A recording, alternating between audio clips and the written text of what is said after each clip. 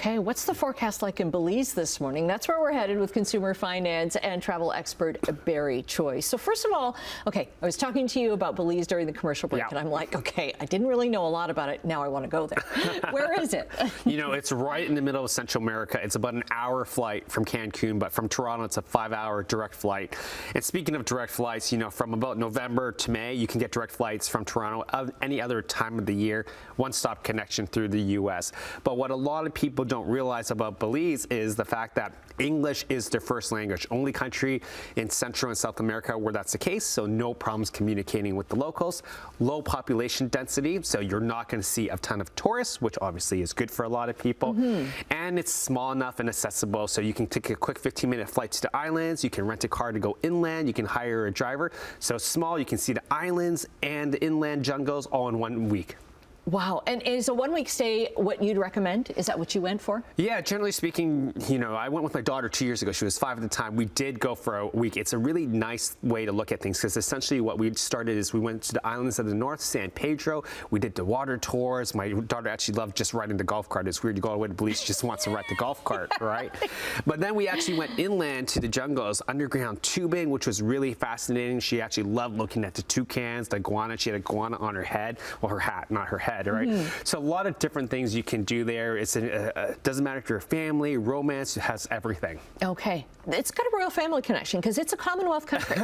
That's right. So funny enough, the property I stayed at inland, Sending National Resort, is actually where the Queen stayed, and William and Kate stayed there a few years back. So it's really got some royal feel to it, but at the same time, it really remembers its roots. So when you go inland, you get to see the locals, right? You get to see the Mayan sites, which are there from, you know, I don't remember how many years ago, but let's just say a long time ago. But you go to the local markets, you eat with the locals, you have the local cuisine. So it's just a fun place to go overall. Right. And you were telling me the big luxury resorts are starting to move in, but there are still many spots. And this is kind of like a rarity now, still many spots where you can kind of get that authentic feel. Yeah, so it's affordable and authentic because basically Belize has, you know, boutique hotels, family-run hotels, and then those luxury properties are starting to come in. So whatever your passion is or what you want, I actually recommend doing a little bit of both because you want to save on affordability, but who doesn't like a little bit of luxury, right?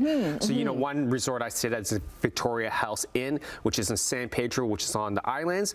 But I think it was family-run, but it just felt really boutique. You know, about 40 rooms total, and even though the whole property was sold out, it felt like I had the place to myself. It's really weird. You don't get that. But at it's not overcrowding, right? No, exactly. But at the same time, if you're looking for that chain or that property that you're used to in that brand, you do have access to that. But I really do encourage people to try both inside, on the islands, and to go inland so you can get the jungle feel, the Kyle district, you know, San Ignacio, which is right near the border of Guatemala. But that's where you get the inland, the jungle attractions, basically.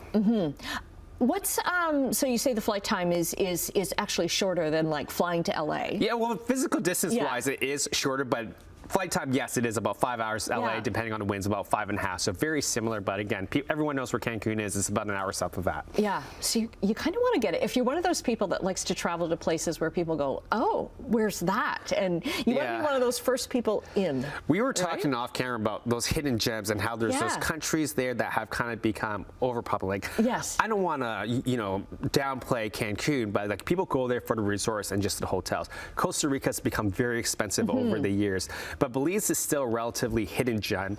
Easy access for the people from Hamilton. You know, just got to get to Toronto to fly out, right? And we're talking about accessibility. You can rent a car and drive around, super safe. You can hire a driver to shuttle you around. Which side of the road do they drive on? They're driving to the right, so we're all good. Right? So it's no problem. And honestly, like quite often, it's just like one main highway that goes all the way across. So it's very difficult to get lost. And like I was saying, you can actually jump on a small little plane, 15 minutes. So you land in Belize City, you literally just switch terminals. And by switch, I mean walk 20 meters, and then you jump on the plane and you're going to be at your hotel maybe like 35, 40 minutes later. All right, heard it here first.